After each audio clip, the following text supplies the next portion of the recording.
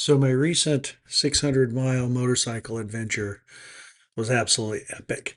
And fortunately, most everything went right. Whenever I do a trip like this, though, I always keep a list of lessons learned as I go so I can kind of improve each way.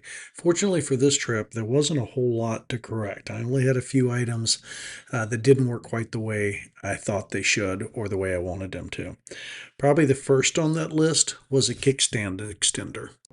I bought an SW Mototech extender for this trip, knowing I was going to be in dirt and probably camping in dirt, and I wanted to keep the kickstand from sinking in to dirt when I came up to a campsite overnight.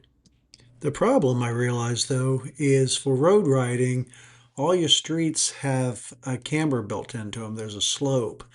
And so I knew I was going to be stopping on the road sometimes to stretch my legs, take a break, get a drink of water, whatever.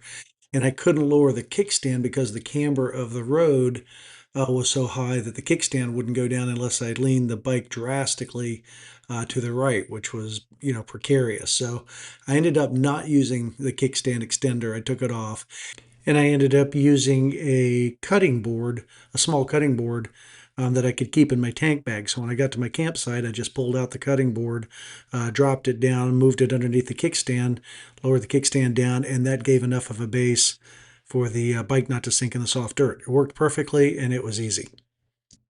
The second lesson learned for me was to always carry or bring the largest memory cards you can. I think I had a 64 gigabyte memory card in one of my cameras, and on a 3-day, 2-night trip, it didn't last at all. Obviously, I didn't carry a computer or anything to transfer those files. So, um, 128 2 or 512 would be ideal. So from now on, I'm going to try and carry, especially the high usage cameras, a 512 card in the camera so I don't have to worry about running out of memory space. I also learned to get more conversant with using the software applications for mapping.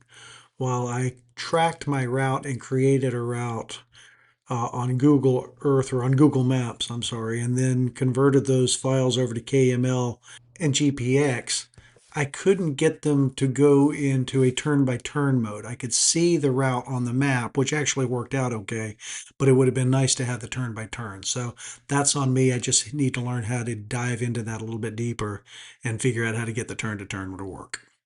And the last lesson learned was to wear a pair of pants underneath my riding pants, something like warm-up pants, something like that. Those would have really helped with keeping my legs and knees from getting raw just from rubbing against the fabric of the riding pants.